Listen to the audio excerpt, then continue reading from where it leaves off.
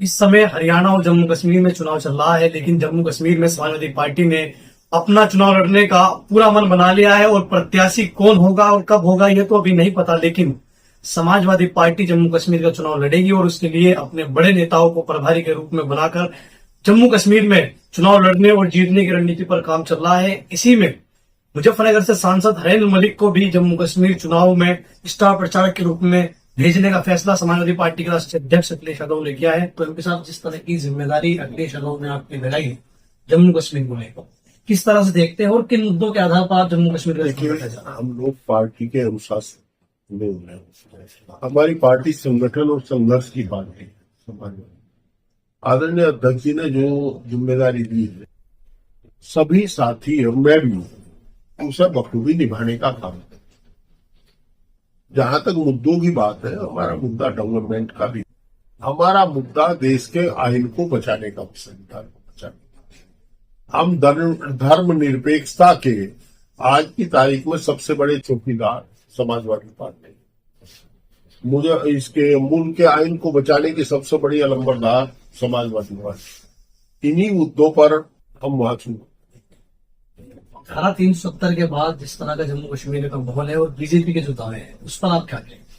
देखिए, बीजेपी के दावे तो ये भी थे, खाते में 15 लाख रुपए आ जाए, 2 करोड़ नौजवानों को रोजगार मिलेगा।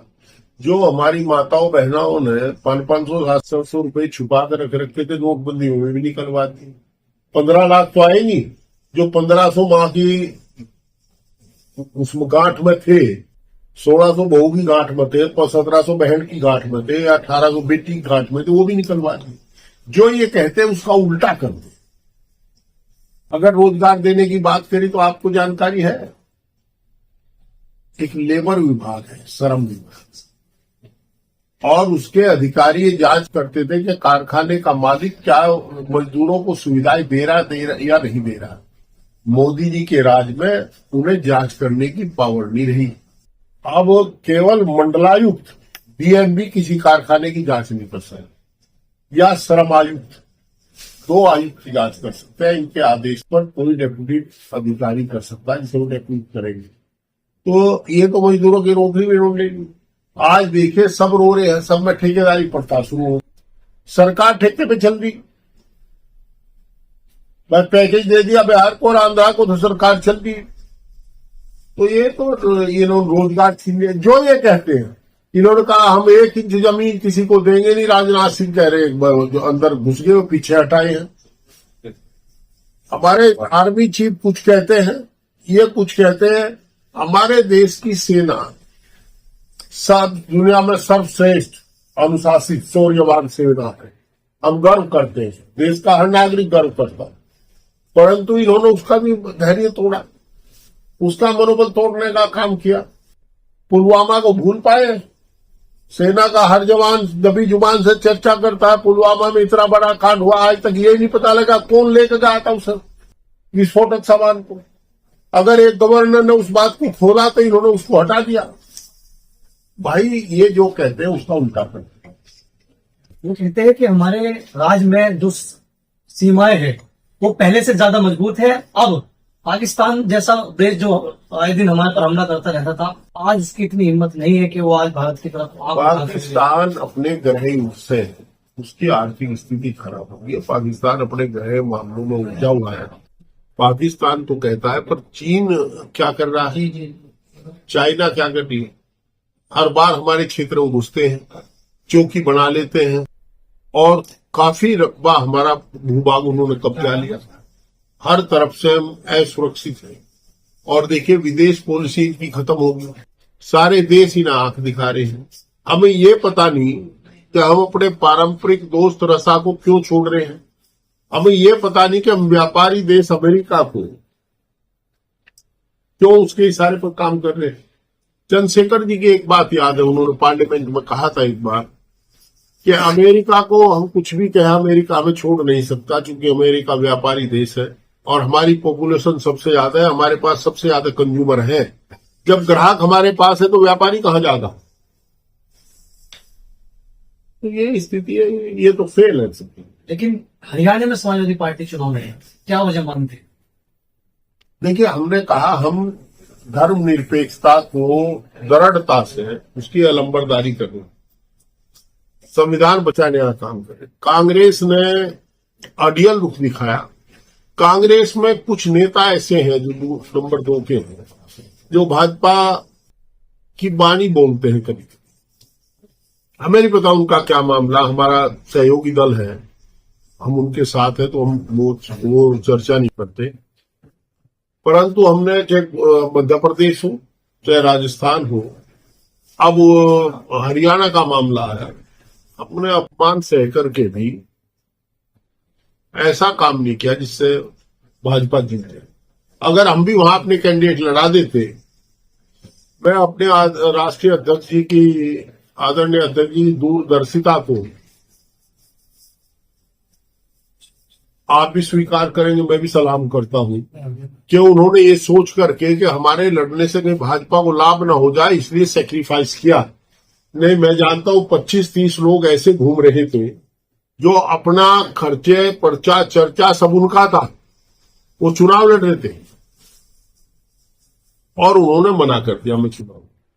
मध्य प्रदेश में जब चुनाव हुआ तो कमलनाथ का भी इसी तरह का बयान आया था, अब दीपेंद्र हुड्डा का भी इसी तरह का बयान आया कि समाजवादी पार्टी में जनाधार हरियाणा में नहीं है। ये हमें एक्साइट करते हैं नेता कि हम इनके खिलाफ चुनाव लड़ा करके इन हरा दें, ये भाजपा के से इनके संबंध है। कांग्रेस की एक अजीब स्थिति है, भारतीय जनता पार्टी के लोग कांग्रेस के राष्ट्रीय नेतृत्व पर हमला करते हैं, आदरणीय सोनिया जी, आदरणीय राहुल जी, आदरणीय प्रियंका जी, पर जो दूसरे नंबर के नेता हैं, जो मिनिस्टर रहे हैं, जो चीफ मिनिस्टर्स रहे हैं, उन पर कभी भाजपा उनके खिलाफ कुछ नहीं बोलती है। पता नहीं क्या कारण है, हम नहीं जानते क्या कारण है, पर उनके खिलाफ बोलती नहीं। पश्चिम उत्तर प्रदेश को अलग राज्य बनाने की मांग एक बार फिर उठ गई है और जो भारतीय किसान यूनियन के राष्ट्रीय अध्यक्ष उन्होंने कहा है कि पश्चिम उत्तर प्रदेश अलग बनना चाहिए, जरूरत है। आप क्या मांग कहीं नहीं उठ रही, मेरी समझ में नहीं आ रहा। भारतीय किसान यूनियन के राष्ट्रीय अध्यक्ष जी ने जो कहा, मैं उनका पूछा बन जाओ, उन्होंने कह दिया बन जाओ। मेरे तो पूछा बन जा, हमने कह दिया बन जा। मांग कहाँ उठ रही है? उन्होंने असुविधाएं गिनवाई है, कितनी असुविधा है पश्चिम उत्तर प्रदेश के लोगों को। हाईकोर्ट की उन्होंने बात की है, एम्स जैसे बड़े संस्थान की बात किया, स्वास्थ्य को लेकर आप चंडीगढ़ जाते हैं, मुझे समझ नहीं। सही बात हो, जनता के आदमी और उन्होंने जो जनता की पीड़ा उसे व्यक्त की, हम उनको सपोर्ट करते हैं। लेकिन आपने भी सीएम बनने का दावा ठोक दिया। मैंने ये कहा था, देखिए मैं राजनीतिक व्यक्ति हूँ, छोल का ठेका लेने खातर तो राजनीति नहीं कर, अगर वो छोल का ठेका लूंगा या बाग लूंगा किसी का, अगर राजनीति कर रहा है, राज करने खातर कर रहा है। अगर हमारी पार्टी की सरकार बनी तो मैं अनुरोध करूंगा कि मुझे सीएम बनाओ। निर्णय तो एमएलए करेंगे जो उनसे चुन के जीत पाऊंगे। और जहां तक उस बात की, वो हल्की बात थी कचहरी में, वो मुझे कहने लगे संजीव बालियान जी प्रदेश की मांग कर रहे, क्या लाभ होगा? मैंने कहा मैं मुख्यमंत्री बन जाऊंगा। हमें पता है पश्चिम उत्तर प्रदेश में, देखिए हमें लाभ ये हो, राजनीतिक लाभ, कि एक तो प्रदेश का अच्छा प्रशासन चलेगा, दूसरा ये तो सही है कि हमारा कॉम्बिनेशन सही है, समाजवादी पार्टी की सरकार बनेगी। और सरकार बनेगी तो मैं दावा करूंगा, अगर मैं एमएलए रहा, सरकार में मैं रहा, एमएलए रहो या एमपी रहो, सरकार हमारी बनी तो हम मजबूती से अपना दावा पेश करेंगे पार्टी के सामने। अच्छा, लोग ये जानना चाहते हैं कितना बड़ा पश्चिम उत्तर प्रदेश होगा, कितने जिले शामिल होंगे। हरिंद्र मलिक ने दावा तो कर दिया है, लेकिन नहीं, मैं ये तो उनसे पूछो जो उनसे बनवान लग रहे। देखो भाई, एक बात सुनो, ये हारने के बाद पश्चिम उत्तर प्रदेश के युवाओं को बहकाने का काम करेंगे। अगर उत्तर प्रदेश के बंटवारे के या नए प्रदेश बनने की प्रक्रिया की तो आपको जानकारी है। एक प्रस्ताव कंसर्न सूबाई असेंबली से जाता है, उत्तर प्रदेश के विधानसभा से एक प्रस्ताव पास होकर जाएगा केंद्रीय सरकार को, गृह मंत्रालय को, कि ऐसे ये हम प्रस्ताव करते हैं, सदन सर्वसम्मत प्रस्ताव करता है कि उत्तर प्रदेश के 4 टुकड़े कर दिए जाए और इस प्रकार भिन्न भिन्न जिलों को मिलाकर इस प्रकार बना, केंद्र सरकार उसे स्वीकार कर लेगी, दैट्स व्हाट बनेगा। राष्ट्रपति मोहर लगाया था, तो आप लोग भी मांग उठाएंगे अलग राज्य बने? और जब वे बाग जो बनाने वाले नहीं कह रहे हमारी जरूरत कहाँ है, हम उठाओगे तो उन्होंने कहते हैं इन्होंने राजनीति फंसा दी इसमें। भाई ये बना देंगे हम तो भाग तो फिर अब जोर लगाकर अपने चीफ मिनिस्टर बनाने की बात करेंगे, समाजवादी चीफ मिनिस्टर बने। मैं चाहूंगा मैं बनूं, हो सकता है हमारी पार्टी किसी और अच्छे समाजवादी को बना दे, मेरे सच्चे को बनेगा समाजवादी। सीएम कौन बनेगा ये भी आपने बता दिया। सीएम समाजवादी बनेगा, मैंने बता दिया। मैं अपनी पार्टी में दावा करूंगा, मुझे बनाओ। अब वो अगर मेरे से अच्छा कोई हुआ एमएलए किसी चांगू से बनेगा, जिसे राष्ट्रीय 10 चांगू बनेगा। अच्छा, नरेश जी कहते हैं एक बात और कही है कि शादी ब्याहों में डीजे को लेकर उन्होंने बोला है कि लगातार इस तरह की घटनाएं हो रही है। जो वो सामाजिक आदमी है, सामाजिक बात करते हैं, जो समाज में उन्होंने देखा उसको उन्होंने कहा, वो सही है, उनकी सामाजिक बात है। वो सामाजिक समरसता की बात करते हैं। वो चाहते हैं कि मितव्ययता खत्म हो, ब्याह शादी में सादगी रहे, इसमें क्या दिक्कत है? साहब, एक वन नेशन वन इलेक्शन की भी चर्चाएं एक बार फिर तूल पकड़ रही है, क्या देखते हैं? बकारे लोगों को मुद्दों से ध्यान हटाने की इस पर कर रहे, वन नेशन वन इलेक्शन कहीं हो जाओ, हम रोक रहे किसी, पर ये ध्यान हटा रहे भाई आप डेवलपमेंट को। आप कर्जा, विदेशी कर्जा इतना बढ़ेगा, इसे घटाओ। भाव कितने बढ़ रहे उसे घटाओ। छोटा देश है भूटान, हमसे ज्यादा घुसाला हमारे रहमो करम पर। एक भूटान बच रहा हमारे साथ, और कोई नहीं बच रहा, सब भाग लिया। बीजेपी तो ये लोग कहते हैं कि विदेश में भी डंका बजा रहा है हमारा। पहले जिस तरह की स्थिति को आप 10 आदमी ले जाओ, ढोल ले जाओ, साथ जा कहीं बजा लो, कौन रोक रहा है? ढोल चले जाओ, लोहा मान रहे हैं विदेश। लोहा तो हमने एक्सपोर्ट करा ही नहीं, पर कहानियां लोहा। जो ताकत है भारत की, जिस तरह से भारत तरक्की कर रहा है उन्होंने। देखिए भारत की ताकत मैंने अभी आपको बताया, हमारे पास सबसे ज्यादा कंज्यूमर है। जिन लोगों को हमारे साथ व्यापार करना वो हमारी जय बोल रही है, और हमारी सेना सर्वश्रेष्ठ सेना है दुनिया की। उसकी बहादुरी की कोई तुलना नहीं की जा सकती, अनुशासित भी है बात। सेना की आप लगातार बात करिए, अग्निवीर पर समाजवादी पार्टी का सदन में किस तरह का रोल है? अग्निवीर जो है, देखिए नौजवान को धोखा देना कोई अच्छी बात नहीं। 4 साल की नौकरी में किसी का क्या होता है? कल वो उसकी पढ़ाई आपने छुड़वा दी, वो 4 साल की नौकरी दे दी, और ये उन लड़कों को हार्ड एरिया में पोस्ट करते हैं। आप उनको परमानेंट जॉब दीजिए ना, आपके देश के नागरिक हो, बच्चे देश का भविष्य है, आप परमानेंट कीजिए।